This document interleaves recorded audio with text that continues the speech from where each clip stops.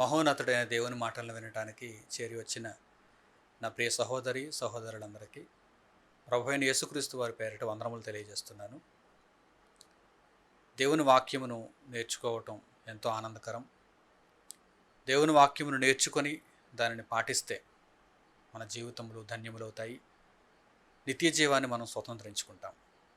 ప్రియులారా, దేవుని కొరకు మనం బ్రతుకుతున్నప్పుడు మన బ్రతుకు కాలంలో చాలా ఆపదలు మన చుట్టూ ఉంటాయి.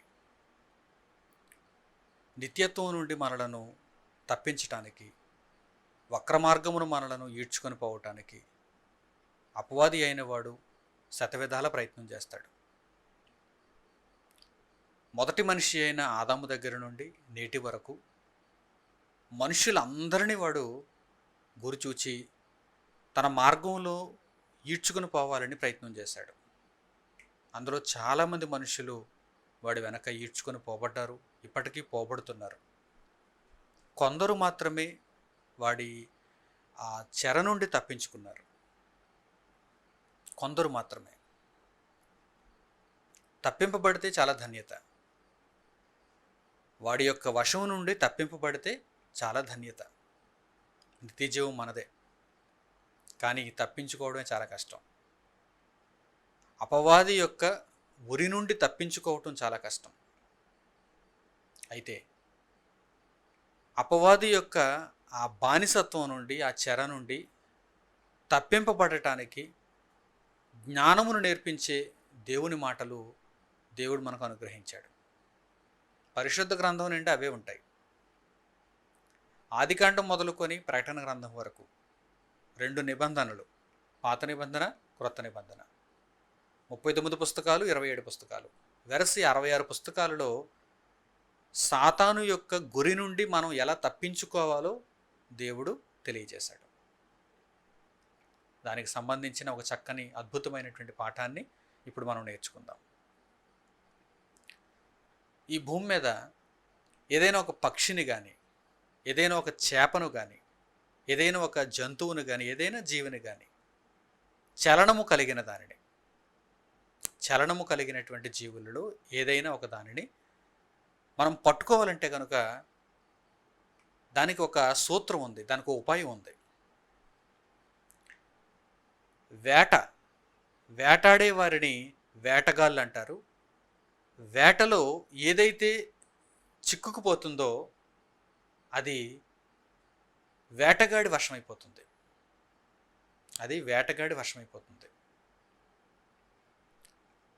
ఒక పక్షిని వేటాడాలంటే దానికి ఒక సూత్రం ఉంటుంది.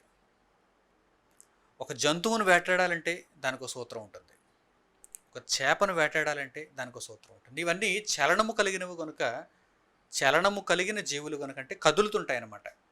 కదిలే జీవులు. కొన్ని వేగంగా కదులుతుంటాయి, కొన్ని నెమ్మదిగా కదులుతుంటాయి. నెమ్మదిగా కదిలే వాటిని చాలా సునాయాసంగా పట్టుకోవచ్చు. వేగంగా కదిలే వాటిని పట్టుకోవడం చాలా కష్టం. అందుకే చురుకుగా ఉండేటువంటి చేపలు పట్టుకోవాలంటే కనుక చేపలను వేటాడేటువంటి జాలరికి దాని సూత్రం తెలిసి ఉండాలి. చురుకుగా కదిలిపోయేటువంటి ఆ చేపను పట్టుకోవాలంటే ఆ సూత్రం తెలిసి ఉండాలి. చురుకుగా కదిలేటువంటి ఒక పక్షిని పట్టుకోవాలంటే వేటగాడికి ఆ సూత్రం తెలిసి ఉండాలి. దాన్ని పట్టుకునే సూత్రం తెలిసి ఉండాలి. చురుకుగా కదిలిపోయేటువంటి ఒక జంతువును పట్టుకోవాలంటే వేటగాడికి దానికి సూత్రం తెలిసి ఉండాలి. దానికి సంబంధించిన సూత్రం తెలిసి ఉండాలి. అంటే ఏదైనా ఒక జీవిని, చలనము కలిగిన జీవిని, వేగముగా కదిలే జీవిని చిక్కించుకోవాలంటే, పట్టుకోవాలంటే, వశం చేసుకోవాలంటే ఒక సూత్రం ఉండాలి. ఈ సూత్రం సామాన్యంగా, సహజంగా మనం మాట్లాడుకోవాలంటే కనుక ఒక మాటలో మనం చెప్పుకోవచ్చు. అదేంటంటే ఎరను వేసి దానిని పట్టుకోవాలి. ప్రతిదానికి, చురుకుగా కదిలే ప్రతిదానికి దానిని వలలో వేయించాలంటే, దానిని మన పాశములలో బంధించాలంటే, దానిని మన వశం చేసుకోవాలంటే దానికి ఒక ఎర వేయాలి. ఎర అంటే ఆహారం. ఎర అంటే ఆహారం. ఈ ఆహారం కడుపు నింపే ఆహారం కాదు, మన కడుపు నింపుకునే ఆహారం. ఒక చేపకు ఎర వేస్తాం. ఒక వేటగాడు చురుకుగా కదిలేటువంటి ఒక చేపకు ఎర వేస్తాడు. ఈ ఎర ఆహారం. దేనికి ఆహారం? చురుకుగా కదిలే చేపకు ఆహారం. ఏ చేపనైతే ఈ వేటగాడు పట్టుకోవాలనుకుంటున్నాడో, జాలర్ పట్టుకోవాలనుకుంటున్నాడో, ఆ చేపకు ఇతడు వేసే ఎర ఒక ఆహారం. అయితే ఈ ఆహారం దాని కడుపు నింపే ఆహారం కాదు. పరోక్షంగా ఈ ఎర వేటగాడి యొక్క ఆకలిని తీర్చే ఆహారం. చూసారా? ఒక పక్షికి ఎర వేస్తాడు, గింజలను ఎరగా వేస్తాడు. అంటే దేనికి అది ఎక్కడికక్కడ సూత్రం మారిపోతూ ఉంటుంది. పక్షికైతే గింజలు వేయాలి, జంతువుకైతే మరో జీవిని దానికి ఎరగా చూపించాలి, చేపలకైతే వాటికి తగిన ఆహారాన్ని పెట్టాలి. సహజంగా సామాన్యంగా మాట్లాడుకుంటే సూత్రాలలో ప్రాథమికంగా మనం ఒక అంచనాకు వస్తే ఎర వేస్తే ఏదైనా చురుకుగా కదిలేటువంటి మన చేతికి చిక్కనటువంటి ఒక జీవి చిక్కటానికి అవకాశం ఉంటుంది, మన వలలో పడటానికి అవకాశం ఉంటుంది. కనుక వేటగాళ్ళందరూ కూడా ఏం చేస్తారు? ఆయా పరిస్థితులలో ఆయా జీవులకు ఇష్టమైన ఆహారాన్ని ఎరగా వేస్తారు. అంతెందుకండి, ఇంటిలో ఎలకలు ఉంటాయి. ఎలకను బోనులో వేయాలంటే దానికి ఒక ఆహారం పెట్టాలి. ఎలకను బోనులో వేయాలంటే బోన్లోనికి దాన్ని రప్పించాలి కదా. బోనులోనికి దాన్ని రప్పించాలంటే దానికి ఇష్టమైన ఆహారాన్ని పెట్టాలి. అంతే తప్ప ఎలక ద్వేషించే ఆహారం పెడితే అసలు బోన్లోకి ఎలా వస్తుంది? ఎలక ఎప్పటి నుంచో పరితపిస్తున్నటువంటి కొంత ఆహారం ఉంటుంది. అది ఒక ఎండి చేపో, లేకపోతే అది ఒక మాంసం ముక్కో, లేకపోతే మరి ఇతర ఫలమో ఏదైనా కావచ్చు. ఎలక దానిని ఇష్టపడాలి. ఎలక ఇష్టపడిన ఆహారాన్ని బోనులో ఒక కుక్కనికి తొగిలించి ఉంచుతారు. ఎలక ఏం చేస్తుంది? నాకు ఈరోజు భలే ఆహారం దొరికింది. ప్రతిరోజు అయితే మూతలు కొరికి, గిన్నెలు పడద్రోసి, తలుపులు తీసుకొని ఎంతో కష్టపడి లోపలికి దూరి ఆహారాన్ని సంపాదించుకునేదాన్ని ఈరోజేంటి ఇంత చక్కగా ఏ తలుపు తెరవకుండా, ఏ మూతను కొట్టేయకుండా, ఏ గిన్నెలు పడద్రోయకుండా ఆహారం నాకు దొరికింది అని ఆశ్చర్యపోతుంది. ఆహారం నాకు దొరికిందని ఆనందపడుతుంది. తన కడుపు నింపే, తన ఆకలిని తీర్చే ఆహారం దొరికిందని సంతోషపడుతుంది. కానీ వెంటనే టపీమని బోను తలుపు మూసుకుపోతుంది. అంటే బోనులో పడిపోతుంది. బోనులో పడిన తర్వాత ఆహారం తినదు. బోనులో పడిన తర్వాత ఇక ఆహారం తినాలనిపించదు. ఎందుకంటే ప్రాణభయం. బోనులో పడిపోయాను, ఇంకేం ఆహారం తింటాను? చేప ఎరను చూచి ఈరోజు నాకు భలే ఆహారం దొరికింది, ఏ రోజు ఇలా దొరకలేదు, ఈరోజు నాకు మంచి ఆహారం దొరికింది, నా కడుపు నిండుతుందేమో అనుకుని ఎర దగ్గరకు చాలా వేగంగా, వేటగాడిని చూస్తే వేగంగా పారిపోయే చేప ఎరను చూడగానే వేగంగా ఎర దగ్గరకు వస్తుంది, వేటగాడి దగ్గరకు వస్తుంది. వేటగాడు వెంటనే దానిని కుక్కనికి తగిలిస్తాడు, లేకపోతే వలలో దానిని పట్టుకుంటాడు. ఎప్పుడూ దొరకని విస్తారమైనటువంటి గింజలు, ఇదిగో నాకు ఫలానా ప్రదేశంలో దొరికాయి అని పక్షి ఆకాశంలో నుండి చూచి, గాలిలో నుండి చూచి ఆ గింజలను తినటానికి అక్కడ వాలుతుంది. ఆ గింజలను తింటున్నప్పుడు పైనుండి చెట్టు మీద నుండో, లేకపోతే ఏదైనా ఎత్తైన స్థలంలో నుండో ఒక వేటగాడు ఆ పక్షిని వలలో బంధిస్తాడు, పట్టుకుంటాడు. అలాగే ఏదైనా ఒక జీవిని వేటాడాలనుకుంటే ఆ జీవికి ఇష్టమైన మరొక ఆహారాన్ని, మరొక జీవిని చంపి దానిని మాంసంగా అక్కడ పొందుపరిచి మరొక జీవిని పట్టుకోవటానికి, చురుకుగా కదిలిపోయేటువంటి జంతువుని ఏదైనా పట్టుకోవటానికి వేటగాడు ఆలోచన చేస్తాడు. ఇవన్నీ మన చుట్టూ దైనందిన కార్యక్రమాలలో మనం చూస్తున్నటువంటి యథార్థాలు, నిజాలు. ఏదైనా ఒక జీవిని, ఏదైనా ఒక పక్షిని, ఏదైనా ఒక చేపను, ఏదైనా ఒక జంతువును మనం పట్టుకోవాలంటే, బంధించాలంటే ముందుగా దాని మనస్సును మైమరిపించాలి. దానికి ఇష్టమైన ఆహారాన్ని తన కళ్ళ ముందు ఉంచాలి. దానినే ఎర అంటారు. ఆ ఆహారాన్ని ఎర అంటారు. ఈ ఎరను దానికి ముందు ఉంచిన తర్వాత అది అమాయకురాలై, అవివేకురాలై, తెలియక ఆ ఆహారం తన కడుపు నింపుతుంది అనుకుని దగ్గరికి వచ్చేస్తుంది, తినాలని ప్రయత్నం చేస్తుంది. వెంటనే వల దాని మీదకి విసురుకుంటుంది. బోనులో అది చిక్కుకుపోతుంది. కుక్కానికి అది, గాలానికి అది బంధింపబడుతుంది. ప్రియులారా, ఈ మాటలను పరిశుద్ధ గ్రంథంలో దేవుడు పొందుపరిచాడు. ఒక చక్కని మాటను ఆమోసు గ్రంథంలో దేవుడు వ్రాయించిన మాటను ఇప్పుడు మీకు పరిచయం చేస్తాను. ఇప్పుడు మనం వివరించుకున్నటువంటి మాటలన్నీ కూడా ఆ వాక్యంలో మనకు కనిపిస్తాయి. ఒకసారి ప్రాథమికంగా ప్రథమంగా ఆ మాటను చూడండి. ఆమోసు గ్రంథము 3వ అధ్యాయము 5వ వచనం. ఆమోసు గ్రంథము 3వ అధ్యాయము 5వ వచనం. భూమి మీద ఒకడును ఎర పెట్టకుండా పక్షి ఉరిలో చిక్కుబడునా, ఏమీయూ పట్టుబడకుండా ఉరి పెట్టువాడు వదలి లేచునా. దేవుడు ఇక్కడ ఇశ్రాయేలీయులను గూర్చి తెలియజేస్తూ, వారు వలలో చిక్కుకుపోతారని వారికి జ్ఞానాన్ని నేర్పిస్తూ సర్వ ప్రపంచానికి కూడా బుద్ధిని తెలియజేస్తున్నాడు. ఒక ఉదాహరణ, ఆయన ఎంచుకున్న ఒక ఉదాహరణ. ఏంటా ఉదాహరణ? ఏదైనా ఒక పక్షిని పట్టుకోవాలంటే ఎర వేస్తాడు. ఎరను చూడగానే పక్షి వచ్చి ఎరను తిందామని వలలో పడిపోతుంది. పక్షికి ఎర లేకుండా పక్షి చిక్కుపడుతుందా?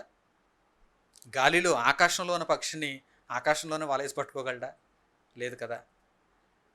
వల వేయకుండా, ఎర వేయకుండా పక్షి చిక్కుపడదు. అలాగే పక్షిని చిక్కించుకోకుండా వేటగాడు కూడా ఒట్టి చేతులతో తిరిగి వెళ్ళడు. వేటగాడికి పక్షిని చిక్కించుకోవాలనే ఆలోచన ఉంటుంది. పక్షి గింజలను చూడగానే ఆశపడి వలలో చిక్కుకుపోతుంది. ఒక ఎర పక్షిని వలలో వేసింది. వేటగాడు దీని వలన పక్షిని దాని వశం చేసుకున్నాడు, వాడి వశం చేసుకున్నాడు. ప్రియులారా, జాగ్రత్తగా దీనిని మీరు ఆలోచన చేయగలిగితే, భూమి మీద ఉన్న మనుష్యులను అపవాది చెరలో వేసేస్తున్నాడు. భూమి మీద ఉన్న మనుష్యులను అపవాది చెరలో వేసేస్తున్నాడు. మనుష్యులను అపవాది చెరలో ఎలా వేసేస్తున్నాడో, మనుష్యులు అపవాది చెరలోనికి ఎలా వెళ్ళిపోతున్నారో ఈరోజు దైవ గ్రంథం నుండి దేవుని మాటలను అధ్యయనం చేస్తూ మనం నేర్చుకుందాం. వాడి చెర నుండి మనం తప్పించుకుందాం. దేవుడు అమూల్యమైన చక్కని రహస్యాలను మనకు పొందుపరిచాడు. వాటిని మనం నేర్చుకుంటే ఆ చెర నుండి మనం తప్పింపబడడానికి మంచి అవకాశం కలుగుతుంది. భూమి మీద మనం పక్షులను, చేపలను, జంతువులను ఎరవేసి చిక్కించుకోవటం చూస్తున్నాం కదా. అది మనకు బాగా అర్థమైతే అపవాది కూడా మనుషులను ఎలా ఎరవేసి చిక్కించుకుంటాడో మనకు అర్థమవుతుంది.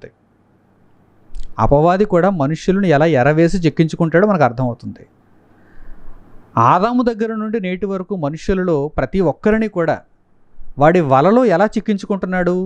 ఎరను చూపించి చిక్కించుకుంటున్నాడు. ఎరను చూపించి వలలో చిక్కింపజేసుకుంటున్నాడు. ఈ ఎర వలలో పడేవాడికి ఆహారం మాత్రం కాదు, ఆకర్షణ మాత్రమే.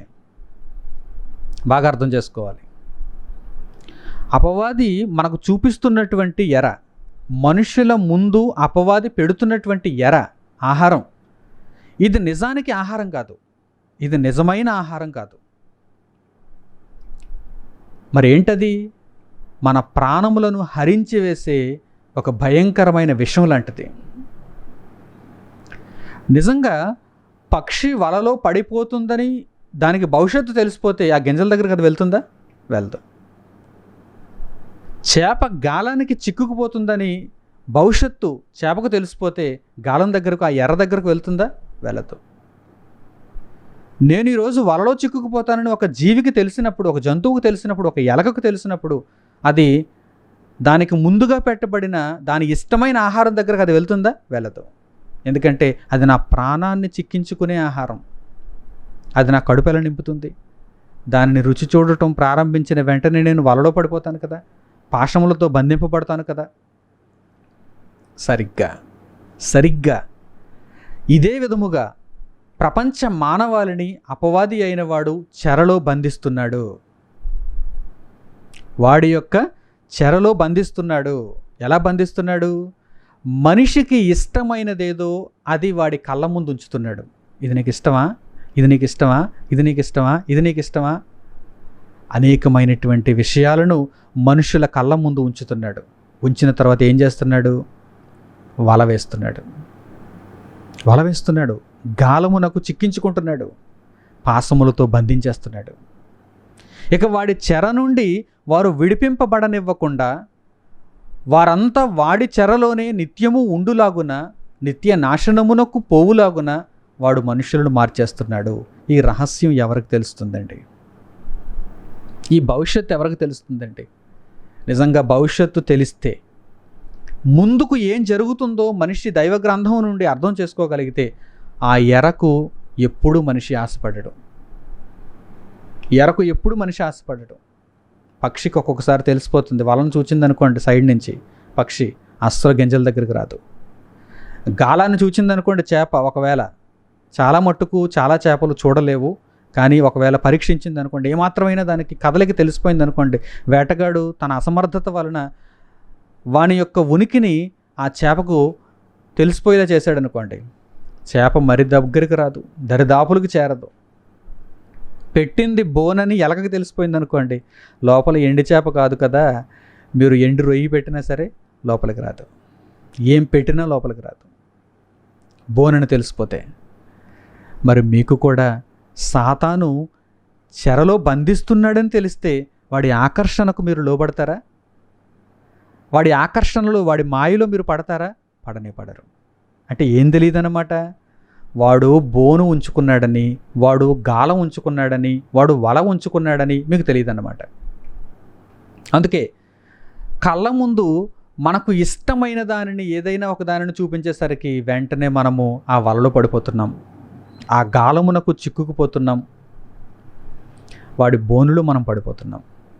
ప్రియులారా, అలా పడకూడదని దేవుడు అమూల్యమైన సంగతులను, రహస్యమైన సంగతులను, గూఢమైన సంగతులను తన గ్రంథంలో మన కొరకు వ్రాయించాడు.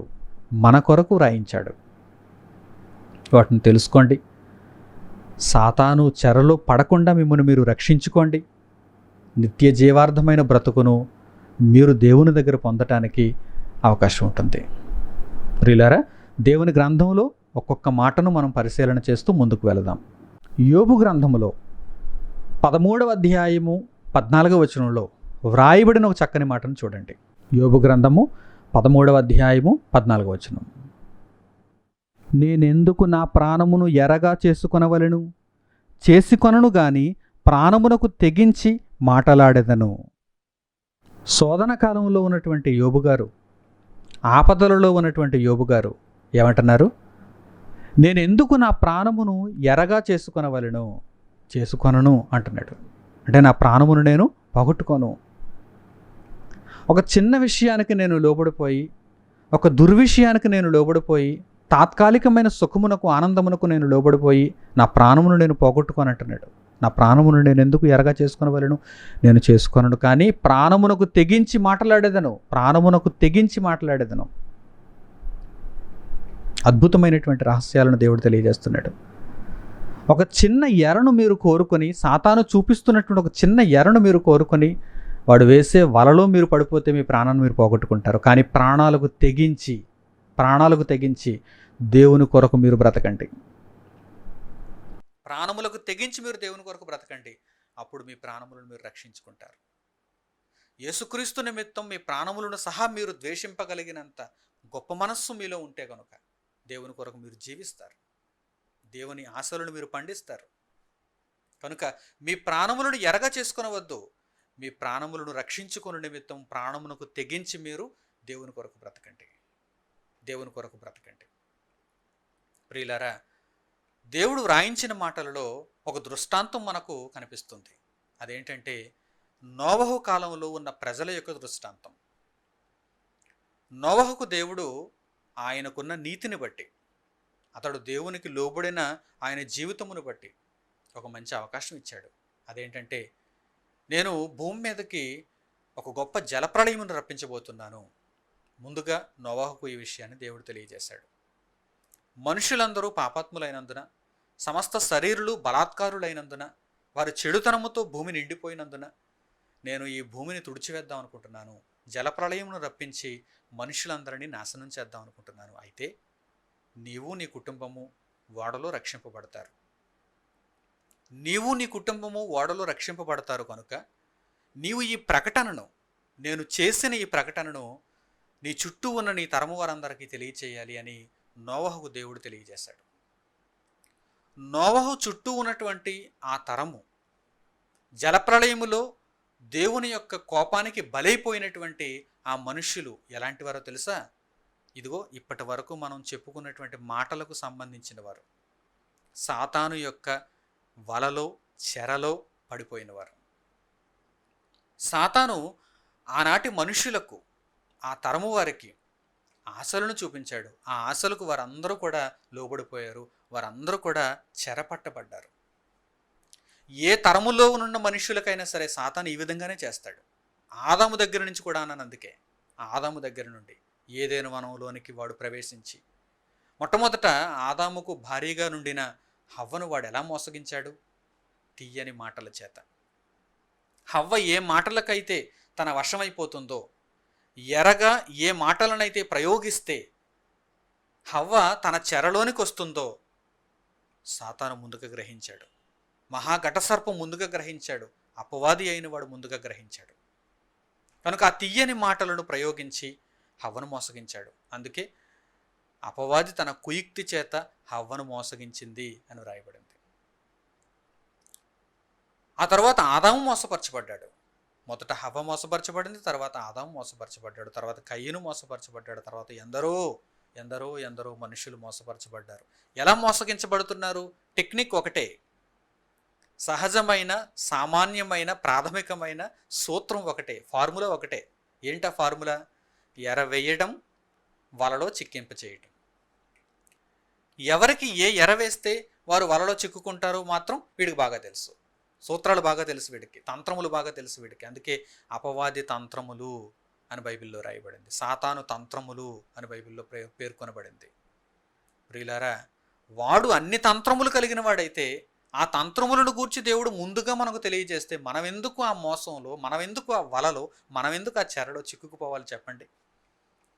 దేవుడు ముందుగా వ్రాయించాడు మన కొరకు. మన మీద ఎంత ప్రేమ ఆయనకి. కనిపించని ఒక దుష్టశక్తి, వేటగాడు కూడా పక్షికి కనిపించడు, జాలరి కూడా చేపకు కనిపించడు. ఏమండి, మనం ఏదైనా ఒక జీవిని పట్టుకోవాలనుకున్నప్పుడు దానికి ఎదురుగా వెళ్ళిపోతామేంటి? పక్కనే ఉంటాం, రహస్యంగా ఉంటాం, దాక్కొని ఉంటాం. అది వలలో చిక్కుకుపోయిన తర్వాత అప్పుడు వస్తాం తెర మీదకి. సాతాను కూడా అందుకే మనకు కనిపించడు.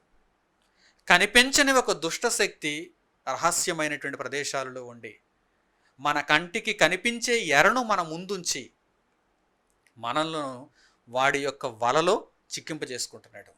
మనలను వాడి యొక్క గాలమునకు చిక్కింపజేసుకుంటున్నాడు. వాడి చెరలో మనలను ఉంచుతున్నాడు, పాసములతో బంధిస్తున్నాడు. నోవహు కాలంలో ఉన్నటువంటి మనుషులంతా కూడా, నోవహు అతని యొక్క కుటుంబము తప్ప ఆ తరములో జీవిస్తున్నటువంటి మనుషులందరూ కూడా వాడి యొక్క చెరలోనికి వెళ్ళిపోయారన్న సంగతిని దేవుడు వ్రాయించాడు. ఒక అద్భుతమైనటువంటి మాట ఇప్పుడు దైవగ్రంథంలో మనం చూద్దాం. పేతురు రాసిన మొదటి పత్రిక 3వ అధ్యాయము 19వ వచనం నుంచి జాగ్రత్తగా చూడండి. అపొస్తలుడైన పేతురు రాసిన మొదటి పత్రిక 3వ అధ్యాయము 19వ వచనం నుంచి. దేవుని దీర్ఘశాంతము ఇంకా కనిపెట్టుచుండినప్పుడు పూర్వము నోవహు దినములలో ఓడ సిద్ధపరచబడుచుండగా అవిధేయులైన వారి యొద్దకు, అనగా చెరలో ఉన్న ఆత్మల యొద్దకు ఆయన ఆత్మరూపిగానే వెళ్ళి వారికి ప్రకటించెను. పూర్వము నోవహు దినములలో మనుషులంతా అవిధేయులుగా ఉన్నారు. అవిధేయులైన వారు అనగా అన్నాడు అక్కడ. మనుషులందరూ అవిధేయులుగా ఉన్నారు. అవిధేయులైన వారు అనగా ఎవరు వీరు? అవిధేయులైన వారు ఈజ్ ఈక్వల్ టు చెరలో ఉన్న ఆత్మలు. అవిధేయులైన వారు అనగా చెరలో ఉన్న ఆత్మలు. ఎవరు చెరలో ఉన్నారు? అపవాది చెరలో ఉన్నారు, సాతాను చెరలో ఉన్నారు.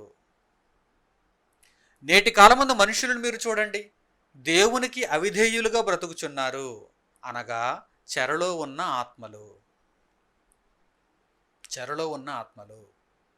చెరలో ఉన్న పక్షిని గురించి మీకు తెలుసు, చెరలో ఉన్న చేపను గురించి మీకు తెలుసు, చెరలో ఉన్న ఎలకను గురించి మీకు తెలుసు, చెరలో ఉన్న ఏదైనా ఒక జంతువును గురించి మీకు తెలుసు. చెరలో ఉన్న ఆత్మలను గురించి మీరు తెలుసుకున్నారా? మీరు కూడా చెరలో ఉన్నారన్న సంగతిని గ్రహించారా? అవిధేయులైన వారు, అవిధేయత, మనిషిలోనికి అవిధేయత ప్రవేశించగానే వాడు చెరలోనికి వెళ్ళిపోతాడు. అవిధేయులైన వారు అనగా చెరలో ఉన్న ఆత్మలు, చెరలో ఉన్న ఆత్మలు. ఈ చెరలో ఉన్న ఆత్మలకు దేవుని వాక్యము ఆనాడు ప్రకటింపబడింది. ప్రియమైన నా సహోదరి సహోదరులారా, ప్రపంచవ్యాప్తంగా ఉన్న మనుషులందరూ కూడా చెరలో ఉన్న ఆత్మలుగా ఉన్నారు.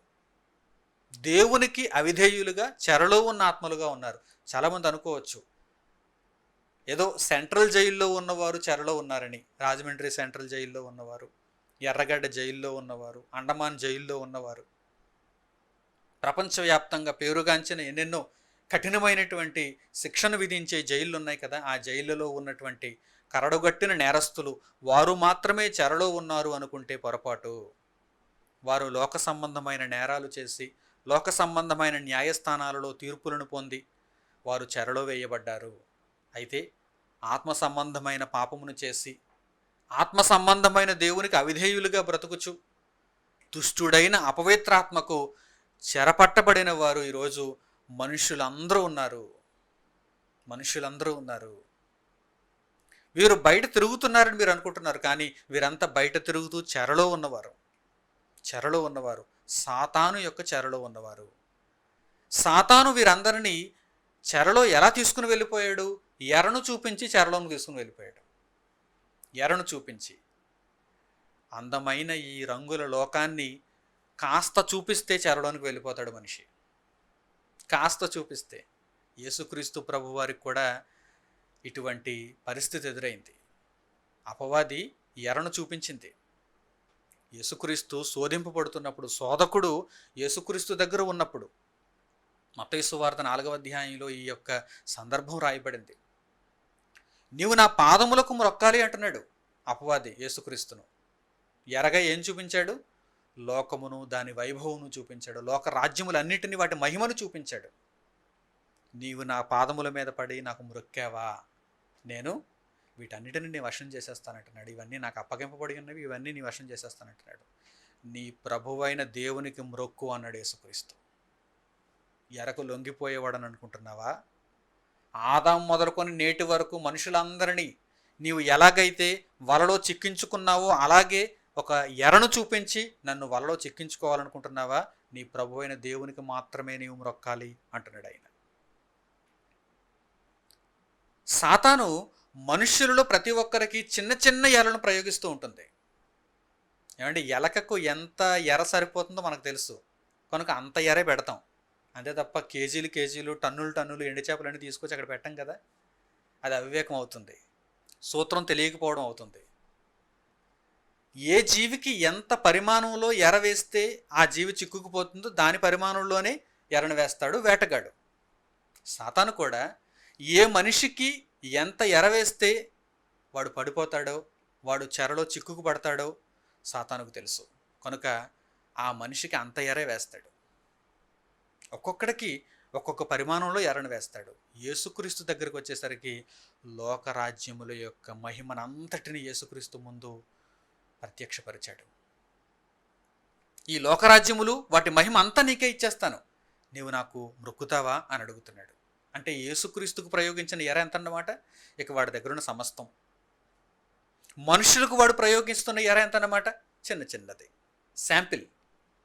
ఏదైనా ఒక వస్తువుకు శాంపిల్ ఇస్తారు చూడండి, అలాంటి శాంపిల్ లాంటి ఎర మనుషులకు ఇస్తే దాసోహం, పాదాల మీద పడిపోతాడు. ఒక చిన్న పదవికి పాదాల మీద పడిపోతాడు.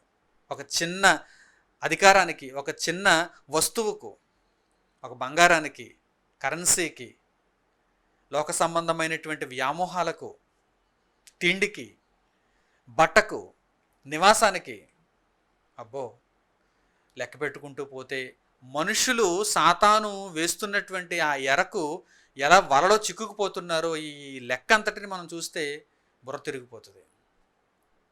కోటాను కోట్ల మంది మనుషులు ఇంత చిన్న చిన్న ఎరలకు పడిపోతున్నారా అనిపిస్తుంది. యేసుక్రీస్తు దగ్గరికి వస్తే లోకరాజ్యముల మహిమ అంతటిని యేసుక్రీస్తు ముందు వాడు పెట్టినా యేసుక్రీస్తు మాత్రం నీ ప్రభు అయిన దేవునికి మాత్రమే నీవు మ్రొక్కాలి అని దేవుని వాక్యాన్ని చెప్పాడు. ఆ శోధనను జయించాడు. ప్రియులారా, ఈ విషయాలన్నీ మనకు ఎందుకు పొందుపరచబడ్డాయి అంటే మనము వాడి చెరలో నుండి తప్పింపబడాలని ఈ విషయాలన్నీ పొందుపరచబడ్డాయి. సాతాను చాలా తెలివైనవాడు, వాడు యుక్తి కలిగిన వాడు. హవ్వ దగ్గర నుండి వాడి యుక్తిని ప్రదర్శిస్తూనే వస్తున్నాడు. ఏ మనిషికి ఎలాంటి ఎర వేయాలి, ఏ మనిషిని ఎలా నేను నా వలలో చిక్కింప చేసుకోవాలి, నా గాలమునకు తగిలింప చేసుకోవాలి, నేను ఈడ్చుకుని పోవాలి అని వాడు ఎదురు చూస్తున్నాడు. వాడు ఆ విధంగానే మనుషులందరినీ ఈడ్చుకుని పోతున్నాడు. మనుషులందరినీ ఈడ్చుకుని పోతున్నాడు. ఏ భేదం వాడికి లేదు, అందరినీ ఈడ్చుకుని పోతాడు. అయితే దేవుని ప్రేమను ఎందరైతే తెలుసుకుంటారో, దేవుని వాక్యం మీద ఎందరైతే అవగాహన కలిగి ఉంటారో, దేవుని ఎడల భయభక్తులను ఎందరైతే చూపిస్తారో వారికి వాడి వశం నుండి, వాడి చెర నుండి తప్పింపబడే అవకాశం కలుగుతుంది. నోవహు ఉదాహరణని మీరు తీసుకోండి. నాటి తరములో మనుషులందరూ అవిధేయులుగా చెరలో ఉన్న ఆత్మలుగా కనిపిస్తున్నా మరి నోవహు ఎందుకు అవిధేయుడిగా కనిపించడం లేదు, చెరలో ఉన్న ఆత్మగా కనిపించడం లేదు, ఓడలో ఉన్న ఆత్మగా కనిపిస్తున్నాడు. నోవహు చెరలో ఉన్న ఆత్మ కాదు, సాతాను చెరలో ఉన్న ఆత్మ కాదు, దేవుని ఓడలో ఉన్న ఆత్మ. దేవుని ఓడలో ఉన్న ఆత్మ, తన కుటుంబము దేవుని ఓడలో ఉన్నటువంటి కుటుంబము, సాతాను చెరలో ఉన్న కుటుంబము కాదు. అయితే ఈ సందర్భాన్ని మనం అర్థం చేసుకుంటున్నప్పుడు నోవహు వలె మనము కూడా సాతాను చెర నుండి తప్పింపబడి దేవుని ఓడలో ప్రవేశించడానికి అవకాశం ఉందన్న సంగతి మనం గ్రహించాలి, మనం తెలుసుకోవాలి. తిమోతికి రాస్తున్నటువంటి పత్రికలో పౌలు మరొక రహస్యాన్ని తెలియజేస్తున్నాడు. అది కూడా మనం ఈ సందర్భంలో నేర్చుకుందాం. పౌలు గారు తిమోతికి రాసిన 2వ పత్రిక 2వ అధ్యాయము 24వ వచనం నుంచి జాగ్రత్తగా చూడండి. అపొస్తలుడైన పౌలు తిమోతికి రాసిన 2వ పత్రిక 2వ అధ్యాయం 24వ వచనం నుంచి, సత్య విషయమైన అనుభవ జ్ఞానము వారికి కలుగుటకై దేవుడు ఒకవేళ ఎదురాడు వారికి మారు మనస్సు దయచేయును. అందువలన సాతాను తన ఇష్టము చొప్పున చెరపట్టిన వీరు వాని యురిలో నుండి తప్పించుకొని మేలుకొనుదరేమో అని ప్రభువు యొక్క దాసుడు అట్టి వారిని సాత్వికముతో శిక్షించుచు జగడమాడక అందరి ఎడల సాధువుగాను బోధింప సమర్థుడుగాను కీడును సహించువాడుగాను ఉండవలెను.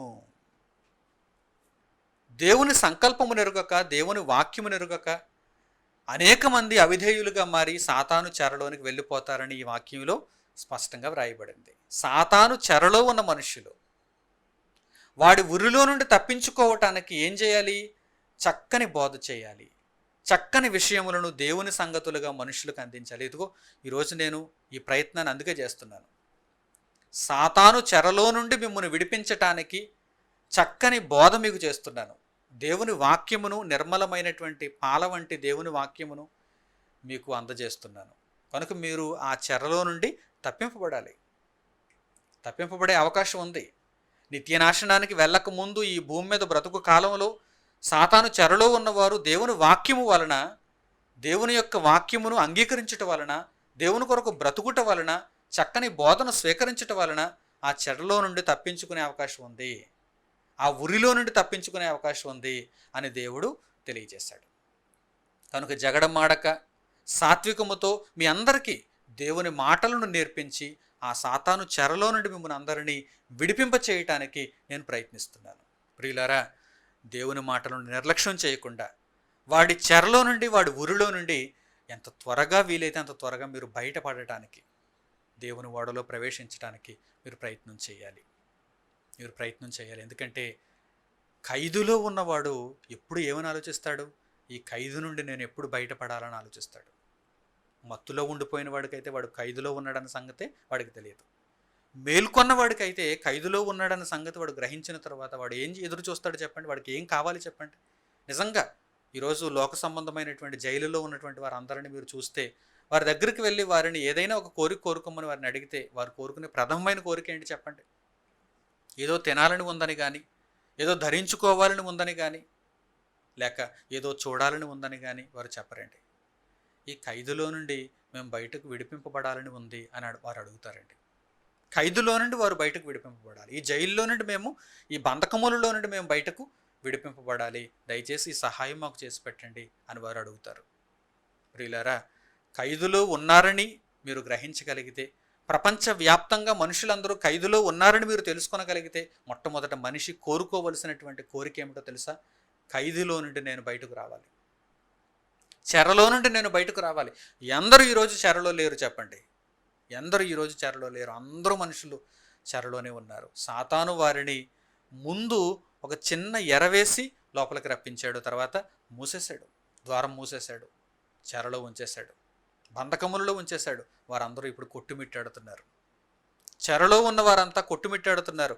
ఇప్పుడు అట్టి వారికి దేవుని మహాజ్ఞానమును నేర్పించి ఆ చెరలో నుండి బయటకు తీసుకుని రావాలి, ఆ ఉరిలో నుండి వారిని తప్పించాలి. వారి కోరిక కూడా ఆ విధంగానే ఉండాలి. నేను బయటకు త్వరగా వచ్చేయాలని కోరుకోవాలి తప్ప ఖైదులో ఉండి ఒక బిర్యానీ తినాలని, ఖైదులో ఉండి ఏదో ఒక స్వీట్ తినాలని కోరుకుంటే ఎలా చెప్పండి? లోక సంబంధంగా మనుషులు కూడా అలాగే కోరుకుంటున్నారు. ఈ భూ జీవిత కాలంలో ఏదో ఒక చిన్న సుఖం మాకు దొరికితే చాలనుకుంటున్నారు తప్ప ఈ ఖైదులో నుండి విడిపింపబడి ఆత్మగా నేను మహాలోకానికి నిత్యత్వానికి వెళ్ళాలనే ఆలోచన ఎవరికైనా ఉందా? అలా ఉంటే మొట్టమొదట ఏం కోరుకుంటారు? యేసుక్రీస్తు ప్రభువు ద్వారా విడుదల కోరుకుంటారు, విడుదల కోరుకుంటారు. చెరలోనికి వెళ్ళిపోయారన్న సంగతి మీరు గ్రహించగలిగితే వెంటనే మీరు కోరుకోవాల్సింది ఏంటంటే విడుదల. విడుదల కోరుకోవాలి. విడుదల ఎవరిస్తారు? ఒక్కరికే ఉంది అవకాశం. భారతదేశంలో మరణశిక్షను రద్దు చేయటానికి ఒక్కరికే ఉంది అవకాశం, రాష్ట్రపతి గారికి. ఆయనకే ఉంది అవకాశం. కనుక మరణశిక్ష విధింపబడగానే, అనగా ఉరిశిక్ష విధింపబడగానే వెంటనే అప్పీల్ చేసుకునేది ఎవరికో తెలుసా? రాష్ట్రపతి గారికి. క్షమాభిక్ష పెట్టమని అడుగుతారు. క్షమాభిక్ష, మేము చేసింది నేరమే అయ్యా, మీరు మాకు క్షమాభిక్ష పెట్టండి అని అడుగుతారు. ప్రపంచవ్యాప్తంగా ఆదాం మొదలుకొని నేటి వరకు పుట్టబోయేవారు ఇంకా ఎందరైతే ఉంటారో వారందరి మనుషులకు కూడా సాతాను చెర నుండి విడుదల కలగాలంటే ఒకే ఒక్కరి చేతులలో క్షమాభిక్ష అధికారం ఉంది. ఆయనే యేసుక్రీస్తు. No doubt, undoubtedly.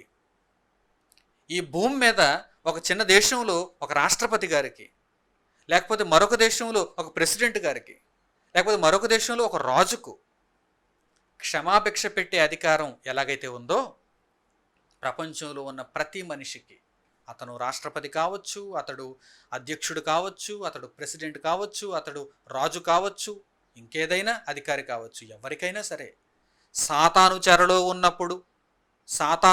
ఉన్నప్పుడు వారికి విడుదల అనుగ్రహించాలంటే ప్రపంచ మానవాళి అంతటికీ దేవుని కుమారుడైన యేసుక్రీస్తు మాత్రమే దిక్కు. ఇది 100% నిజం. ఇప్పుడు మీకు దైవ గ్రంథంలో అద్భుతమైనటువంటి ఆధారపూరితమైనటువంటి మాటలను చూపిస్తాను. సాతాను చెరలోనికి చిక్కుకుపోయారు మనుషులందరూ. మరి వీరందరిని విడిపించాలనే ఆలోచన దేవునికి ఉంది. ఎవరిని పంపించాడు? ఎవరికిచ్చాడు ఆ అధికారం? ఎవరికిచ్చాడు ఆ క్షమాభిక్ష పెట్టే అధికారం? తన కుమారుడైన యేసుక్రీస్తుకు. చూద్దాం ఆయన ఏ విధంగా క్షమాపణ అనుగ్రహిస్తాడో, ఆయన ఏ విధంగా చెరలో నుండి మనుషులను రక్షిస్తాడో, అసలు దీనిని గూర్చినటువంటి వివరం దేవుడు ఎక్కడ వ్రాయించాడో ఆయన మాటల ద్వారా, ఆయన జ్ఞానమును మనం నేర్చుకుందాం. పరిశుద్ధ గ్రంథంలో నుండి యెషయా గ్రంథము 42వ అధ్యాయము 6-7 వచనాలను చూడండి. యెషయా గ్రంథము 42వ అధ్యాయము 6-7 వచనాలు. గ్రుడ్డివారి కన్నులు తెరచుటకును, బంధింపబడిన వారిని చెరసాలలో నుండి వెలుపలికి తెచ్చుటకును, చీకటిలో నివసించు వారిని బందీగృహములో నుండి వెలుపలికి తెచ్చుటకును యెహోవానగు నేనే నీతి విషయములలో నిన్ను పిలిచి నీ చేయి పట్టుకొని ఉన్నాను. నిన్ను కాపాడి ప్రజల కొరకు నిబంధనగాను అన్యజనులకు వెలుగుగాను నిన్ను నియమించి ఉన్నాను. పరమందున్న తండ్రి మనుషులకు ఒక మంచి అవకాశం ఇచ్చాడు. గ్రుడ్డి వారి కన్నులు తెరువు చేయుటకు, బంధింపబడిన వారికి విడుదల కలుగు చేయుటకు నేను నిన్ను ఏర్పరచుకొని ఉన్నాను అని తన కుమారునితో చెబుతున్నాడు.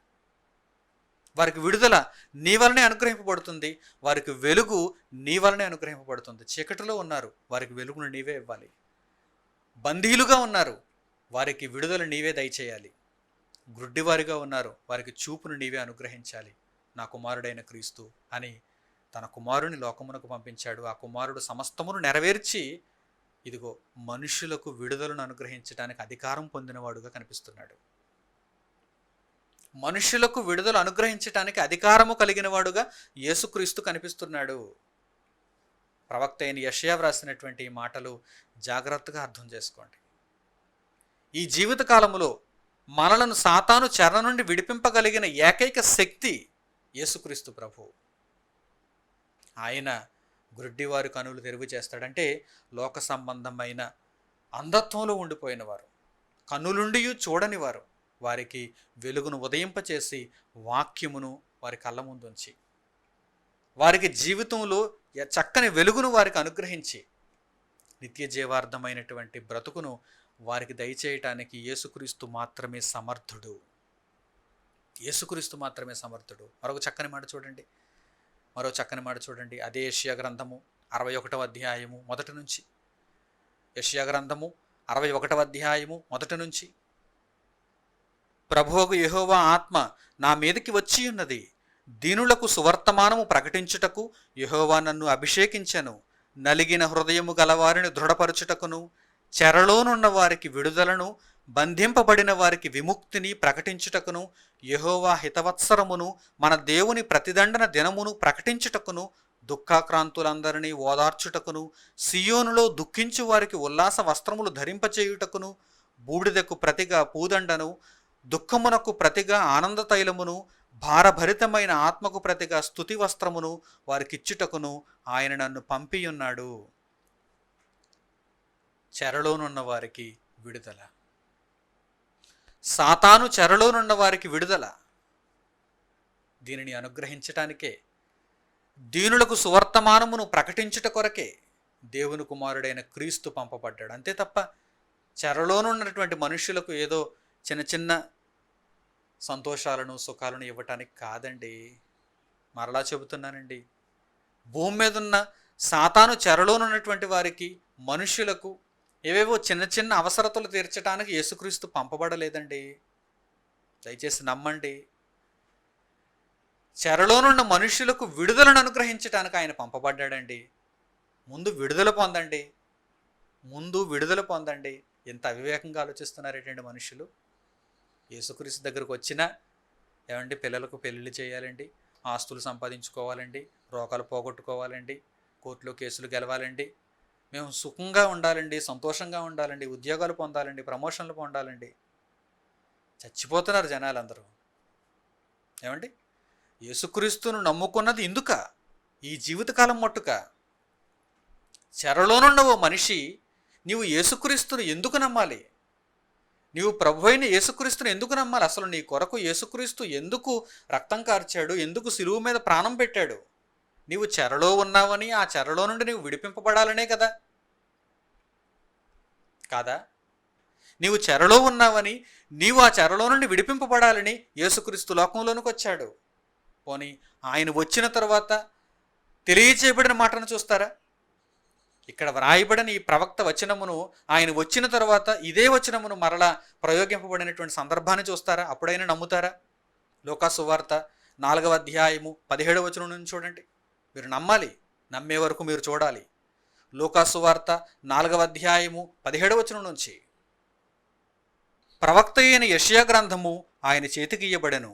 ఆయన గ్రంథము విప్పగా, ప్రభువు ఆత్మ నా మీద ఉన్నది, బేదలకు సువార్త ప్రకటించుటకై ఆయన నన్ను అభిషేకించెను, చెరలోనున్న వారికి విడుదలను, గుడ్డి వారికి చూపును కలుగునని ప్రకటించుటకును, నలిగిన వారిని విడిపించుటకును, ప్రభువు హితవత్సరము ప్రకటించుటకును ఆయన నన్ను పంపియున్నాడు అని వ్రాయబడిన చోటు ఆయనకు దొరకెను. యేసుక్రీస్తు ప్రభువు ఆయన భూమి మీద శరీరధారిగా బ్రతికి ఉన్న కాలములో యూదుల మధ్య విశ్రాంతి దినమున సమాజ మందిరములో దేవుని గ్రంథమును చదువుటకు ఆయన నిలిచుండగా ఆయన చేతి గ్రంథం ఇవ్వబడింది. అప్పుడు ఆ గ్రంథంలో ఏ మాట ఆయన చదువుతున్నాడో చూడండి. ఎన్నో మాటలు ఉండగా ప్రాముఖ్యమైనటువంటి మాటను ఆయన అక్కడ ప్రస్తావిస్తున్నాడు. పాత నిబంధన గ్రంథములో, కీర్తనల గ్రంథములో, ప్రవక్తల వచనములలో, మోషే ధర్మశాస్త్రంలో ఎన్నో మాటలు ఉండగా ఇప్పుడు ప్రాముఖ్యమైనది, అవసరమైనది ఒక సంగతి ఉంది అని దానినే ఆయన ప్రస్తావిస్తున్నాడు. యెషయా గ్రంథము 61వ అధ్యాయము ప్రారంభం నుంచి వ్రాయబడిన ఆ మాటలను ఆయన తన విషయమై నెరవేర్పుగా ఆ రోజు ప్రకటిస్తున్నాడు. ఎందుకు వచ్చాడు దేవుని కుమారుడు లోకంలోనికి? చెరలోనున్న వారికి విడుదల అనుగ్రహించడానికి వచ్చాడు. చెరలోనున్న వారికి విడుదలను అనుగ్రహించడానికి వచ్చాడు. కనుక మొట్టమొదట యేసుక్రీస్తును నమ్ముకున్న తర్వాత వెంటనే ఆయన ద్వారా నీవు పొందవలసినటువంటి ప్రతిఫలం ఏంటో తెలుసా? విడుదల. నీ జీవితకాలం అంతా మరలా సాతాను చెరలోనికి నీవు పోకుండా విడుదలను పొందుతూనే ఉండాలి. యేసుక్రీస్తు ప్రభువు వలన నీవు ఆ అనుగ్రహమును పొందుతూనే ఉండాలి. యేసుక్రీస్తు కార్యములలో నీవు ఉండాలి. నీవు బ్రతుకును దేవుని కొరకు నీవు అర్పించుకోవాలి. పరలోక రాజ్యమును నువ్వు చేరుకోవాలి. భూమి మీద ఉన్నటువంటి చిన్న చిన్న అవసరతలు అంటారా, అవి ఉంటాయి పోతాయి, ఉంటాయి పోతాయి, వస్తాయి పోతాయి, వస్తాయి పోతాయి. వాటిని గురించి మీరు పట్టించుకోకండి. వాటిని గురించి మీరు పట్టించుకోవడం మానేస్తే అవి మిమ్మల్ని నొప్పించవు, అవి మిమ్మల్ని బాధ పెట్టవు. భూమి మీద ఉన్న అవసరతలు మిమ్మల్ని బాధ పెట్టవు. ప్రియులారా, మోసపోకండి. అసలైన విషయమును మీరు మర్చిపోకండి. మీరు చెరలో ఉన్నారు, సాతాను చెరలో ఉన్నారు. ఆ చెరలో నుండి మీరు విడిపింపబడాలి. ప్రభు అయిన యేసుక్రీస్తు దగ్గరకు వచ్చి క్షమాపణ వేడుకోండి. ఆయన మీకు క్షమాపణ అనుగ్రహిస్తాడు, క్షమాభిక్ష దయచేస్తాడు. కీర్తనల గ్రంథంలో ఏమంటున్నాడో తెలుసా కీర్తనాకారుడు? మీరు చెరలో ఉన్నప్పుడు కోరుకోవాల్సిందేంటి? విడుదల కదా. మీరు చెరలో ఉన్నప్పుడు కోరుకోవాల్సిందేంటి? విడుదల కదా. పనికి మాలిన చిన్న చిన్న విషయాలను, అల్పమైన విషయాలను మీరు ఎందుకు కోరుకుంటున్నారు? కీర్తనాకారుడు అదే హెచ్చరిస్తున్నాడు. చూస్తారా ఆ మాటలను? చూడాలి, మీరు నేర్చుకోవాలి, మీరు నేర్పించాలి. మీరు మాటలను మీరు నేర్చుకోవాలి, అనేక మందికి మీరు తెలియచేయాలి, చేరువ చేయాలి. ప్రియులారా, చక్కని దేవుని యొక్క సంగతులను పరిశుద్ధ గ్రంథం నుండి ఇప్పుడు మీరు చూడండి. కీర్తనల గ్రంథము 80వ అధ్యాయము తీయండి. కీర్తనల గ్రంథము 80వ అధ్యాయము ముందు 3వ వచనాన్ని చూడండి. కీర్తనల గ్రంథము 80వ అధ్యాయము 3వ వచనం. దేవా, చెరలో నుండి మమ్మను రప్పించుము, మేము రక్షణ నొందునట్లు నీ ముఖకాంతి ప్రకాశింపచేయుము. అలాగే 7వ వచనం, 80వ అధ్యాయము 7వ వచనం. సైన్యములకు అధిపతివగు దేవా, చెరలో నుండి మమ్ము రప్పించుము, మేము రక్షణ నొందునట్లు నీ ముఖకాంతి ప్రకాశింపచేయుము. అలాగే చివరి వచనం, 80వ అధ్యాయము 19వ వచనం.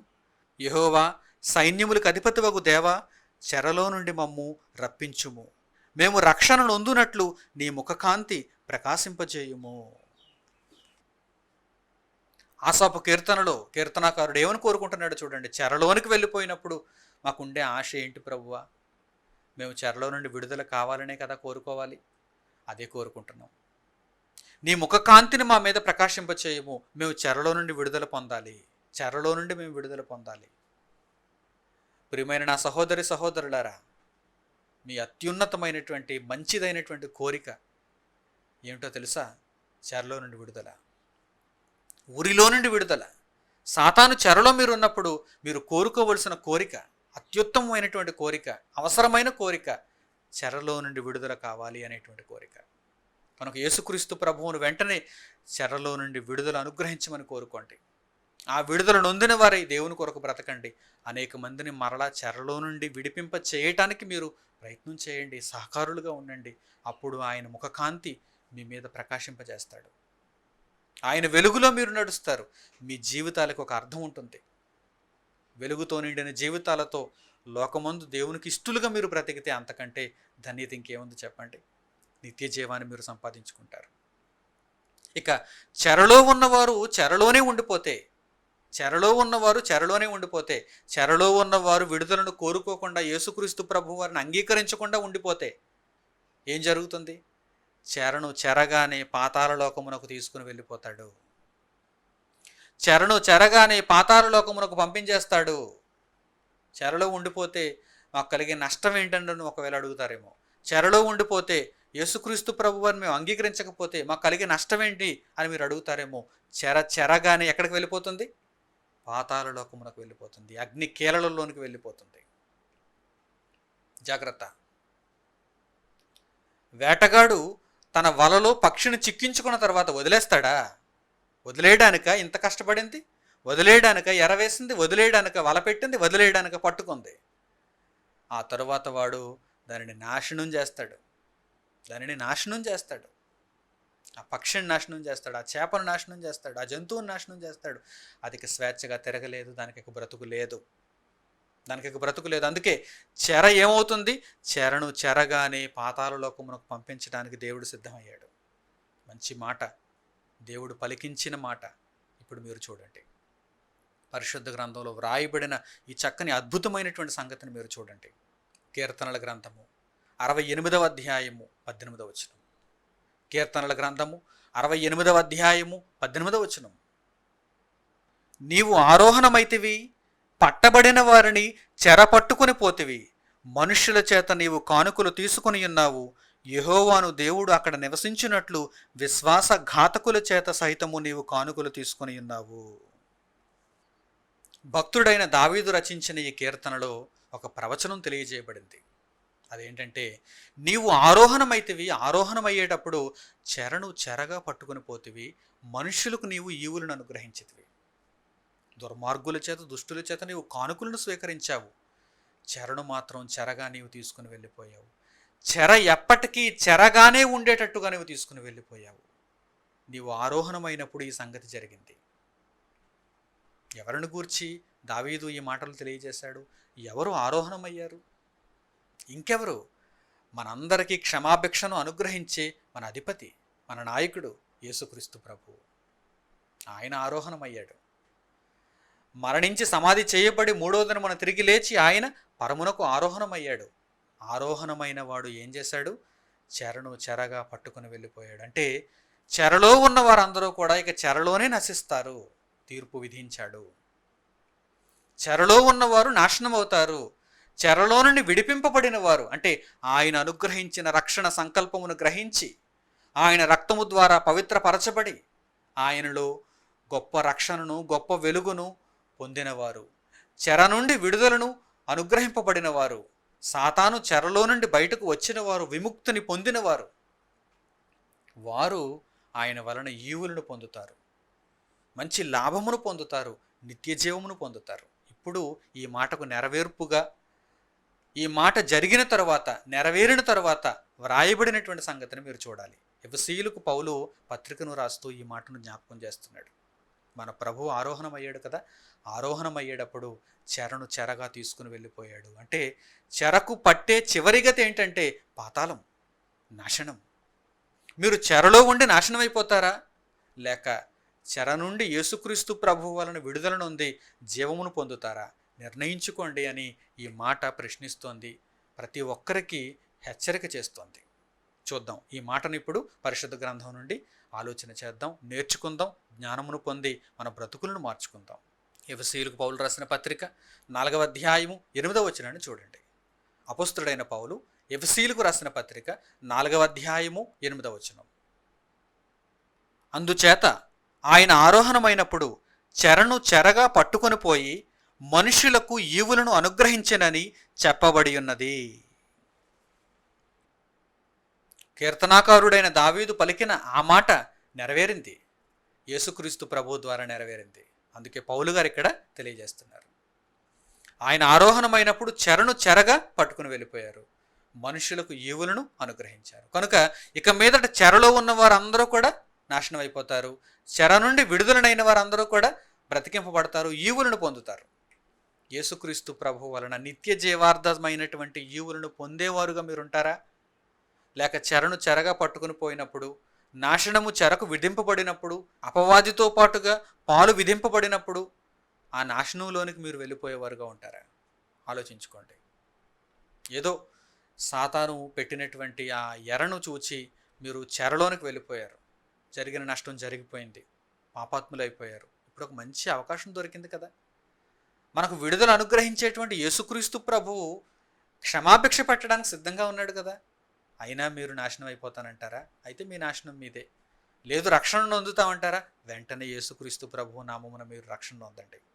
మారు మనస్సు నొంది బాప్తిస్మం పొంది యేసుక్రీస్తు ప్రభువును రక్షకునిగా అంగీకరించి ఆయన కొరకు జీవిస్తూ ఆయనను ధరించుకొని మీ చివరి జీవితకాలం అంతా దేవుని కొరకు మీరు అర్పణ చేయండి. పరిశుద్ధాత్మ నడిపింపు చేత మీరు మిగిలిన జీవితకాలాన్ని పరిశుద్ధముగా జీవించండి. అప్పుడు యేసుక్రీస్తు ప్రభు అనుగ్రహించి ఈవులు మీకు అనుగ్రహింపబడతాయి, ఈవులు మీకు అనుగ్రహింపబడతాయి. అలాగే చెర నుండి విడుదల పొందిన తర్వాత మరలా చెరలోని చిక్కుపోకూడదు. ఇది అన్నిటికంటే భయంకరమైనటువంటి ప్రమాదం. ఒకసారి చెరలోనికి వెళ్ళిన తర్వాత బుద్ధి వచ్చింది, యేసుక్రీస్తు ప్రభు వారిని తెలుసుకున్నారు, ఆయన అనుగ్రహించిన విడుదలను మీరు పొందారు, మరలా చెరలోనికి వెళ్ళిపోతే ఇంక అంతకంటే దౌర్భాగ్య పరిస్థితి ఇంకేమైనా ఉంటుందా? కనుక మరలా మరలా వెళ్ళేవారుగా ఉండకూడదు, చెరలో చిక్కుకుపోయేవారుగా ఉండకూడదు. ఎలా చిక్కుకుపోతారు? ఒక సందర్భాన్ని కొలస్సీలకు అపోస్తలుడైన పౌలు పత్రిక రాస్తూ తెలియజేస్తున్నాడు. ఎలా చిక్కుకుపోతారో ఒకానొక సన్నివేశాన్ని తెలియజేస్తున్నారు ఆయన. కొలస్సీలకు పౌలు రాసిన పత్రిక 2వ అధ్యాయము 8వ వచనాన్ని చూడండి. ఎందుకంటే ఈ రహస్యం కూడా మనకు తెలియాలి. అపోస్తలుడైన పౌలు కొలస్సీలకు రాసిన పత్రిక 2వ అధ్యాయము 8వ వచనం. ఆయనను అనుసరింపక మనుష్యుల పారంపర్యాచారమును అనగా ఈ లోక సంబంధమైన మూలపాఠములను అనుసరించి మోసకరమైన నిరర్ధక తత్వజ్ఞానము చేత మిమ్మును చెరపట్టుకొని పోవువాడెవడైనా ఉండునేమో అని జాగ్రత్తగా ఉండుడి. ఒకసారి పాపం అనే ఆ దాస్యం నుండి విడిపింపబడిన తర్వాత సాతాను చెరలో నుండి యేసుక్రీస్తు ప్రభు దయ వలన క్షమాభిక్ష వలన బయటకు వచ్చిన తర్వాత మరలా ఎవడైనా మిమ్మును మోసకరమైన నిరర్ధక తత్వజ్ఞానము చేత చెరపట్టుకుని వెళ్ళిపోయే అవకాశం ఉంది. మరలా చెరలోనికి వెళ్ళిపోయే అవకాశం ఉంది. అంటే సాతాను పరిపరి విధాల మీరు బ్రతికిన కాలం అంతా వాడు ప్రయత్నిస్తూనే ఉంటాడు. కనుక మీరు జాగ్రత్తగా ఉండాలి. ఒకసారి వలలో చిక్కుకుపోయిన పక్షి మరల వలలో చిక్కుకుపోదు. ఇంకా తప్పింపబడింది అనుకోండి, ఇంక మరల వరలోనికి రాదు. ఒకసారి బోన్లో పడిన ఎలక బయటకు తప్పింపబడింది అనుకోండి, అస్సలు మరలా బోన్లో పడడానికి ఇష్టపడదు, ఆలోచించదు, చాలా తెలివిగా ఉంటుంది. మరి మీరెందుకు తెలివి తక్కువగా ఉంటున్నారు? ఒక పక్షి కొన్న తెలివి, ఒక ఎలక కొన్న తెలివి, ఒక చేప కొన్న తెలివి మీకు లేకపోయింది. కనుక జాగ్రత్త పడండి. మిమ్మల్ని ఎవడైనా నిరర్ధకమైన తత్వజ్ఞానము చేత మోసగించి మిమ్మల్ని చెరపట్టుకుని పోతాడేమో, జాగ్రత్తగా ఉండండి అన్నాడు. అందుకే మీరు జాగ్రత్తగా ఉండండి. దేవుని వాక్యం మీకు నేర్పించే స్వచ్ఛమైన బోధకు మీరు అంటిపెట్టుకుని ఉండాలి, హత్తుకొని ఉండాలి. నిత్య జీవమును సంపాదించేంత వరకు దేవుని విడిచిపెట్టకూడదు, దేవుని బోధను విడిచిపెట్టకూడదు, దేవుని వాక్యమును విడిచిపెట్టకూడదు. లేదంటే ప్రమాదంలో పడిపోతారు. మరొక చక్కని రహస్యం చివరిగా మీకు చూపిస్తాను. దేవుని గ్రంథం నుండి తిమోతికి రాస్తున్నటువంటి పత్రిక. అపోస్తలుడైన పౌలు తిమోతికి రాసినటువంటి పత్రికలో ఒక చక్కని సూత్రాన్ని, ఒక చక్కని మెలకువను ఆయన పరిశుద్ధాత్మ ప్రేరణ వలన తెలియజేశారు. దానిని ఇప్పుడు మనం నేర్చుకుందాం. అపోస్తలుడైన పౌలు తిమోతికి రాసిన 2వ పత్రిక 3వ అధ్యాయము 6-7 వచనాలు. అపోస్తలుడైన పౌలు తిమోతికి రాసిన 2వ పత్రిక 3వ అధ్యాయము 6-7 వచనాలను జాగ్రత్తగా చూడండి. పాపభరితులై నానా విధములైన దురాశల వలన నడిపింపబడి ఎల్లప్పుడూ నేర్చుకొనుచున్నను సత్య విషయమైన అనుభవ జ్ఞానమును ఎప్పుడునూ పొందలేని అవివేక స్త్రీల యొక్క ఎండ్లలో చొచ్చి వారిని చెరపట్టుకొని పోవువారు వీరిలో చేరినవారు. అపోస్తలుడైన పౌలు గారు తిమోతితో ఈ 2వ పత్రికను పంచుకుంటూ అపాయకరమైనటువంటి దినాలు వస్తాయి అంత్యకాలంలో. ఆ దినములలో మనుషులు ఎలా ఉంటారు? స్వార్థప్రియులు, బింకములాడువారు, సజ్జన ద్వేషులు, చాలా దరిద్రపు ఆలోచనలతో మనుషులు ఉంటారు. దేవుని అడ్డు పెట్టుకుని 4 కాసులు సంపాదించుకోవాలనే ఆలోచనతో మనుషులు ఉంటారు. అట్టివారు ఎలా ఉంటారంటే అవివేక స్త్రీలను చెరపట్టుకుని ఈడ్చుకుని పోతారు. కొందరు ఇళ్లలో చొచ్చి వారికి తీయని మాటలు చెప్పి వారిని ఏదో విధంగా అసత్య బోధ వైపు తీసుకుని వెళ్ళిపోతారు. అక్రమమైన మార్గంలో వారిని ఈడ్చుకుని పోతారు. అట్టి వారి విషయంలో మీరు జాగ్రత్తగా ఉండాలి, జాగ్రత్తగా ఉండాలి. సాతాను ఏ విధంగానైనా మనల్ని మోసగిస్తాడు. నీతి పరిచారకుల వేషం వేసుకుని వస్తాడు అబద్ధ బోధకుడు. నీతి బోధకుల వేషం వేసుకుని వస్తాడు. నేను నీతి బోధకుడినేనండి, నేను వాక్యాన్ని పరిశోధింపజేస్తానండి, నేను కూడా అక్కడి నుండి వచ్చిన వాడినేనండి అంటాడు. కానీ వాడు లోపల క్రూరమైన తోడేలు. జాగ్రత్త. పైకి మాత్రమే గొర్రె చర్మం, తీయగా మెత్తగా మాట్లాడతాడు. నిన్ను వశపరుచుకోవటానికి నీకు ఎరను వేస్తున్నాడు వాడు, నీకు ఎరను వేస్తున్నాడు వాడు. ఆ ఎరను చూచి నీవు చెరలోనికి పోయావా, నిన్ను తప్పించడం ఎవరి చేత కాదు, ఎవరి తరం కాదు. ఎందుకంటే మహాప్రభు అయిన యేసుక్రీస్తు పెట్టిన క్షమాభిక్షను నీవు కోల్పోతున్నావు. అప్పుడు నిన్నెవరు తప్పిస్తారు, నిన్నెవరు రక్షిస్తారు? కనుక ఈ మాటలన్నిటినీ జాగ్రత్తగా నీవు నేర్చుకుని వాటిని పదిలపరుచుకుని నీ హృదయం ముందు వాటిని భద్రం చేసుకుని ఇక ఎన్నడూ నేను సాతాను చెరలోనికి వెళ్ళిపోకూడదు. యేసుక్రీస్తు ప్రభు అనుగ్రహించిన క్షమాపణను నేను గ్రహించి ఆయన పెట్టిన క్షమాభిక్షను నేను పొంది నేను ఆయనను ధరించుకున్నవాడుగా, దేవునికి కుమారుడునుగా భూమి మీద మిగిలిన జీవితకాలాన్ని జీవించాలనే ఆలోచన మీరు కలిగి ఉండాలని దేవుని వాక్యం మిమ్మల్ని అందరినీ హెచ్చరిస్తోంది. ఒకవేళ ఇంకా చెరలోనే ఉండిపోతారా? చెరలో ఉండటానికి మీరు ఇష్టపడతారా? ఆయన చెరను చెరగా తీసుకుని వెళ్ళిపోయాడు. పాతాళ లోకమందు కటిక చీకటి గల బిలములలో ఆ చెరకు నివాసం ఉంటుంది. అక్కడ అగ్ని ఆరదు, పురుగు చావదు. అంతటి భయంకరమైన పరిస్థితిని మీరు ఎదుర్కోకుండా దేవుని యొక్క నిత్య జీవార్థమైన ఫలమును మీరు సంగ్రహించాలంటే గనుక చెర నుండి యేసుక్రీస్తు ప్రభు వారి యొక్క క్షమాపణ వలన విడుదల పొందండి. వెలుగులో మీరు ప్రయాణించండి. దేవుని కొరకు బ్రతకండి. అనేక మందిని చెరలో నుండి విడిపింప చేయటానికి మీ ప్రయత్నాలను, మీ సహకారాన్ని అందించండి. మంచి నిర్ణయం తీసుకుంటారని దేవుని వాక్యమును బట్టి మిమ్మల్ని అందరినీ కోరుకుంటూ హెచ్చరిస్తూ ఈ మాటలను ముగిస్తున్నాను. తండ్రి అయిన దేవునికి ప్రార్థనలు ఏకీభవించండి. మమ్మను అతి మిక్కిలిగా ప్రేమించి మీ కుమారుడైన యేసుక్రీస్తు ప్రభువు ద్వారా క్షమాపణను అనుగ్రహించి సాతాను చెరలో నుండి మమ్మల్ని విడిపించిన మా దేవా, మీరు అనుగ్రహించిన ఈ రక్షణ కొరకు మా హృదయపూర్వకమైన కృతజ్ఞతాస్తుతులు తండ్రి. ఎల్లప్పుడూ మీ బలిష్టమైన చేతి క్రింద దీన మనస్కులమై ఉండి విడుదల నొందిన వారముగా, మీ చిత్తాన్ని నెరవేర్చుచున్న వారముగా, యేసుక్రీస్తు ప్రభు వలన ఈవులను సంపాదించుకునే వారముగా, నిత్య జీవమును సంపాదించుకునే వారముగా తండ్రి అట్టి భాగ్యం మాకు అనుగ్రహించమని మిమ్మల్ని కోరుకుంటున్నాము.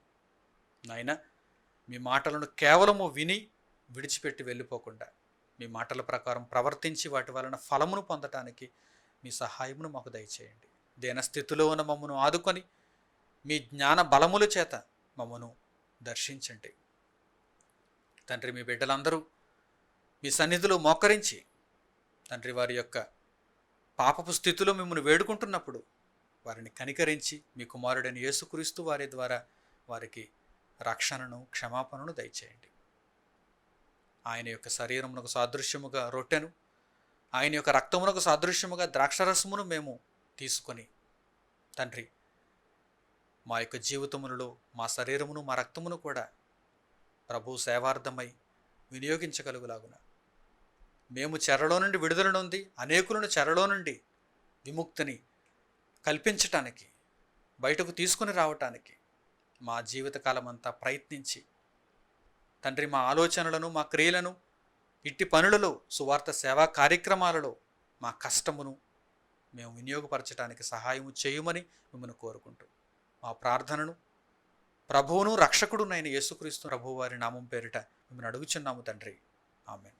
మన తండ్రి అయిన దేవుని ప్రేమ, ఆయన కుమారుడైన యేసుక్రీస్తు వారి కృప, పరిశుద్ధాత్మ దేవుని యొక్క అన్యోన్య సహవాసం మనందరికీ సదాకాలం తోడే నడిపించునుగాక. ఆమేన్. అందరికి వందనములు. కొన్ని ముఖ్యమైనటువంటి ప్రకటనలు జాగ్రత్తగా వింటారని నేను ఆశిస్తున్నాను. సర్వలోకానికి సువార్త అనే టీవీ కార్యక్రమం 2020వ సంవత్సరం డిసెంబర్ మాసం వరకు ప్రతి సోమవారం ఉదయం 7:30 గంటలకు ఆరాధన టీవీలో ప్రసారం అవుతుంది. కనుక రాబోయే ఎపిసోడ్లన్నింటినీ కూడా జాగ్రత్తగా, వేటిని మీరు మిస్ కాకుండా మీరు వీక్షించి దేవుని జ్ఞానమును నేర్చుకొని అనేక మందికి వాటిని పరిచయం చేసి ప్రభు యొక్క సువార్త సేవా కార్యక్రమంలో మీరు కూడా పాలిభాగస్తులు అవుతారని మీకు తెలియజేస్తున్నాను. అలాగే సర్వలోకానికి సువార్త అనే మాసపత్రిక కూడా సిద్ధంగా ఉంది, అందుబాటులో ఉంది. మీ పేరు, మీ చిరునామా మాకు తెలియజేసినట్టయితే మొదటి మాసపత్రికను మీకు ఉచితంగా పంపిస్తాం. తరువాతి మాసపత్రికలు మీరు నిరంతరాయంగా పొందాలంటే చందాదారులుగా చేరవలసి ఉంటుంది. తగిన వివరాలన్నీ కూడా మొదటి మాసపత్రికలో మీకు లభిస్తాయి. ప్రియులారా, చందాదారులందరికీ ముఖ్యమైనటువంటి గమనిక, మీకు ఒకవేళ గత 2-3 నెలలుగా పత్రిక అందనట్లయితే కనుక ఆ విషయాన్ని మాకు తెలియచేయండి. పోస్టల్ లోపం వలన కానీ, లాక్డౌన్ లోపం వలన కానీ పత్రిక మీకు అందకపోవచ్చు. ఒకవేళ మీకు అలా అందని కారణం చేత మీరు మాకు ఆ విషయాన్ని తెలియజేసినట్టయితే మీకు ఎన్ని పత్రికలు అయితే అందలేదో ఆ పత్రికలను మరలా మీకు రిజిస్టర్ పోస్ట్ చేయడానికి అవకాశం ఉంటుంది. కనుక మీరు తగిన విధముగా ఆలోచన చేసి మమ్మల్ని సంప్రదిస్తారని నేను కోరుకుంటున్నాను. ప్రియులారా, ఆండ్రాయిడ్ ఫోన్ ఉన్నటువంటి ప్రతి ఒక్కరూ, మీ చేతుల్లో స్మార్ట్ ఫోన్లు ఉన్నాయి. ఆండ్రాయిడ్ ఫోన్ ఉన్నటువంటి ప్రతి ఒక్కరూ కూడా గూగుల్ ప్లే స్టోర్లో మన ఆండ్రాయిడ్ అప్లికేషన్ మీరు డౌన్లోడ్ చేసుకుని ఇన్స్టాల్ చేసుకోండి. ఎందుకంటే భవిష్యత్తులో ఆండ్రాయిడ్ అప్లికేషన్ ద్వారా దేవుని యొక్క విలువైనటువంటి సమాచారమును, దేవుని వార్తలను, వాక్యమును ఆ ఆండ్రాయిడ్ యాప్ ద్వారా మీకు అందించడానికి అవకాశం ఉంటుంది. కనుక ఇప్పటికే ఇన్స్టాల్ చేసుకొని వారు ఎవరైనా ఉంటే కనుక వెంటనే మీరు మీ స్మార్ట్ ఫోన్లు తీసి గూగుల్ ప్లే స్టోర్లో స్క్రిప్చర్స్ యూనివర్సిటీ అనే పేరుతో ఉన్నటువంటి ఆండ్రాయిడ్ అప్లికేషన్ను తప్పనిసరిగా డౌన్లోడ్ చేసుకుంటారని, ఇన్స్టాల్ చేసుకుంటారని, తద్వారా దేవుని యొక్క మేలులను, దేవుని యొక్క వాక్యమును మీరు ఆండ్రాయిడ్ అప్లికేషన్ ద్వారా మీరు పొందుతారని నేను కోరుకుంటున్నాను. అలాగనే YouTube channels son of God online, scriptures university, OT&NT మా అధికారిక యూట్యూబ్ ఛానల్స్. ఇప్పటి వరకు మేము చెప్పినటువంటి అనేకమైనటువంటి అద్భుతమైనటువంటి సంగతులు, దేవుని వాక్యమును వివరించే సంగతులు, అంశములు ఆ యూట్యూబ్ ఛానల్స్లో పొందుపరచబడి ఉన్నాయి. కనుక వాటిని తెలుసుకోవటానికి, భవిష్యత్తులో ఇంకనూ క్రొత్త సంగతులను దేవుని యొక్క కృపను బట్టి తెలుసుకోవటానికి మీరు ప్రయత్నించాలని నేను కోరుకుంటున్నాను. ఏవేవో చెడ్డ యూట్యూబ్ ఛానల్స్ను మీరు సబ్స్క్రైబ్ చేసుకుని ఉంటారు. వాటిని మీరు అన్సబ్స్క్రైబ్ చేసుకోండి. వాటి వల్ల మీకు ప్రయోజనం ఉండదు. విలువైనటువంటి సమాచారాన్ని మీకు అందించే ఈ 3 యూట్యూబ్ ఛానల్స్ను మీరు సబ్స్క్రైబ్ చేసుకొని బెల్ సింబల్ని క్లిక్ చేసి చక్కని జ్ఞానమును, దేవుని మాటలను స్వచ్ఛమైనవిగా మీరు నేర్చుకుంటారని, అనేకులకు అందిస్తారని నేను కోరుకుంటున్నాను. అలాగనే www.christchurch.asia అనేది మా అధికారిక వెబ్సైట్. మీకు ఇంకా ఏ విధమైన సహాయము, సహకారము దేవుని వాక్యం విషయంలో మీరు కావాలనుకున్న వెబ్సైట్ను సంప్రదించండి. తగిన సమాచారము, చక్కని సహాయము మీకు వెబ్సైట్ ద్వారా దొరుకుతుంది. మీ అందరికీ ప్రభు పేరిట నా వందనములు. మరొక చక్కని అంశము ద్వారా దేవుడు మనందరి ఆత్మీయ జీవితాలను ఆయన వాక్యము ద్వారా మేలుకొల్పాలని ఆయన కృపను బట్టి ఆయన వేడుకుంటూ ఈ మాటలు ముగిస్తున్నాను. అందరికీ సెలవు.